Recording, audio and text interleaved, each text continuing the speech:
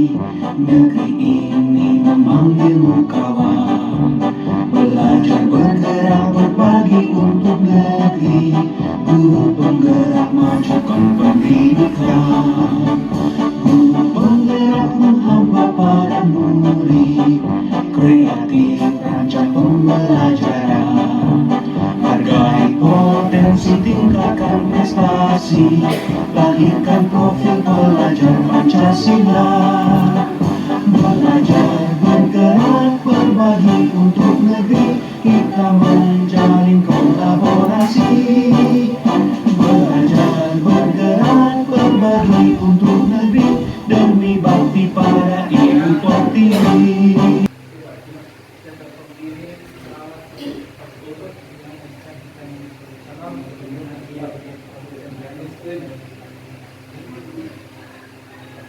Jadi Bapak dan Ibu pada kegiatan kita ini yang merupakan kegiatan awal dalam menerapkan PK.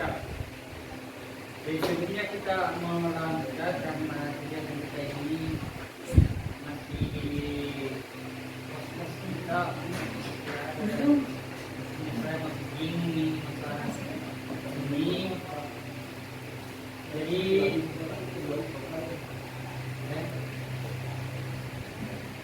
saya ini semacam ya membagi pengalaman. Jadi masalah ini kemarin saya di telepon sekarang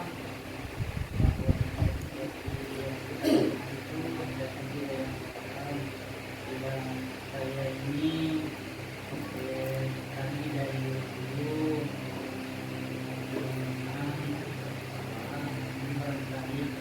kita ada penggerak kita sekolah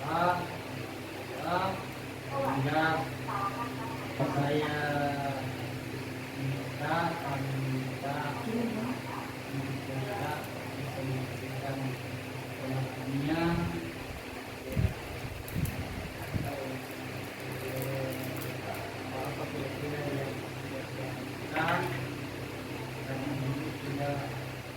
menjelang kegiatan bergerak selesai tadi seri. Saya kira untuk saat ini barangkali ini sekarang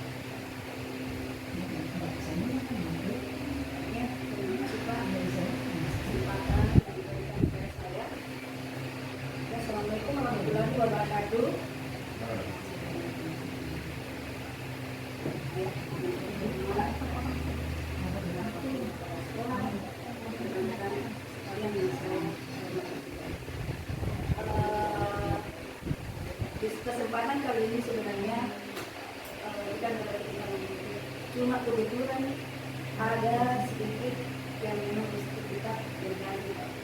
Jadi di sini kebetulan ada yang saya tidak mendapat untuk menyampaikan apa sebenarnya yang saya alami dan saya rasakan selama menjalankan program pendidikan ini, khususnya ini program pendidikan guru penggerak. Nah, utamanya di modul sekarang ini saya berada di modul pembukaan khususnya di bagian budaya positif.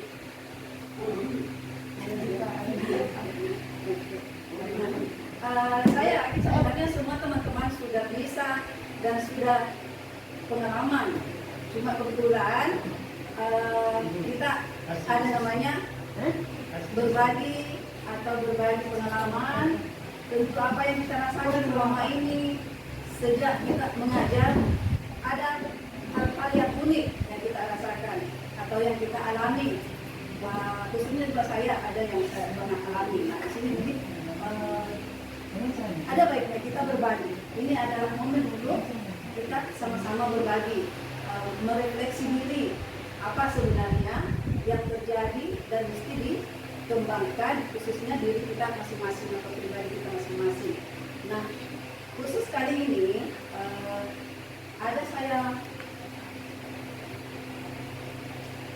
terapkan atau kita berada di sesi atau ini saya berada di modul aksi nyata, itu khususnya budaya positif. Saya yakin semua kita di sini adalah manusia-manusia yang berjiwa positif, sehingga sudah tidak luput sebenarnya dari budaya positif ini dan sudah tidak asing. Cuma ya mesti kita menggunakan persepsi atau menyatukan persepsi supaya kita ada namanya nilai pengembangan yang kemarin misalnya ada kekurangan atau ada rasa-rasa yang masih janggal-janggal dalam pembelajaran atau proses pembelajaran kita di kelas, sehingga dari satu masing-masing guru, saya juga khususnya akan berbagi. Nah, khususnya di sini apa sebenarnya itu budaya positif? Nah, seperti di atas kita lihat budaya positif itu suasana positif sangat mendukung dalam menciptakan pembelajaran yang kondusif. Jadi sebenarnya kita semua guru, kita mau jadi guru yang profesional, kita mau menjadi seorang pengajar yang andal. Nah, tapi bagaimana sebenarnya caranya sehingga kita bisa mendalami atau menerapkan budaya positif itu khususnya di sekolah kita atau di kelas kita masing-masing. Ya, apa sih sebenarnya budaya positif? Yaitu nilai-nilai, keyakinan, kebiasaan di sekolah yang berpihak pada siswa, yaitu untuk menjadikan siswa kita menjadi pribadi yang kritis dan bertanggung jawab. Nah, bagaimana sebenarnya caranya sehingga kita bisa menerapkan ini? Ada harus mesti kita lewati atau jalankan atau kita pahami, yaitu kita memulai dengan disiplin positif. Sebenarnya tadi disiplin positif cara penerapannya bagaimana menerapkan, karena kita merasa bahwa disiplin itu adalah sikap yang mesti kita berlakukan secara keras, padahal tidak semestinya kekerasan, tidak selalu kekerasan. Pada prakteknya itu adalah sebenarnya itu komunikasi yang nyambung sebenarnya antara si objek dan subjeknya. Jadi ketika itu sudah nyambung sebenarnya ada kesepakatan antara keduanya. Dan ini diterapkan secara disiplin dari kesepakatan keduanya. Kemudian dalam menerapkan ini disiplin positif, bagaimana sebenarnya mestinya kita menjalankan ini atau disiplin positif apa yang mesti kita jalankan? Di sini sebenarnya untuk menimbulkan atau untuk menerapkan budaya positif itu harus kita menyadari bahwa adanya tadi nilai-nilai atau nilai-nilai kebajikan, sehingga kita mesti mengetahui apa sebenarnya nilai-nilai kebajikan dan dikhususkan atau dihubungkan dengan kurikulum kita sekarang ini yang mesti kita terapkan, itu kurikulum merdeka, di mana mesti kita mengetahui adalah profil pelajar Pancasila. Nah, semestinya kita merefleksi merefleksi diri kita sebagai guru. Apakah benar kita sudah mampu menerapkan keenam nilai kebajikan ini di dalam lingkup sekolah kita? Khususnya apakah diri kita sendiri atau kita pribadi seorang guru, dan kita menerapkan juga ke anak-anak didik, ada anak didik kita. Nah, di mana ada 6 profil pelajar Pancasila, yang mana ini ada 1, beriman, bertakwa kepada Tuhan Yang Maha Esa dan berakhlak mulia. Kedua, berkebinekaan global. Ketiga, bergotong royong, mandiri, bernalar kritis dan kreatif. Nah, sebenarnya untuk mengarah ke sana ada hal yang mesti kita lalui atau proses yang mesti kita terapkan sebelumnya supaya ini menjadi kondusif. Ya, kita berikutlah ada namanya keyakinan kelas. Nah, jadi ini bagusnya kita terapkan di kelas kita masing-masing sebelum kita berkelanjutan mengajar, tapi ujung-ujungnya nanti muncul indisiplinan atau ada muncul ketidakdisiplinan anak-anak kita sehingga kita saling menyalahkan apakah diri kita unggul kalau kita masih merefleksi diri. Jadi bagusnya kita melakukan atau membentuk keyakinan kelas sebelum kita mengajar atau melakukan proses pembelajaran. Nah, keyakinan kelas ini misalnya kita mengajak siswa mengatur seperti program atau bentuk aksi nyata yang bisa kita lakukan. Boleh kita memancing anak-anak dengan membuat keyakinan kelas itu. Keyakinan kelas ini maksudnya adalah yang tadinya kita tahu adalah peraturan, ini jadikan menjadi keyakinan. Kenapa ketika kita memakai kata peraturan itu adalah menjadi seperti berpihak sebelah, misalnya hanya tertekan kepada anak atau penekanan terhadap anak. Namun semestinya anak itu menyadari, jadi kenapa ini tadinya peraturan, sekarang mestinya kita alihkan menjadi keyakinan.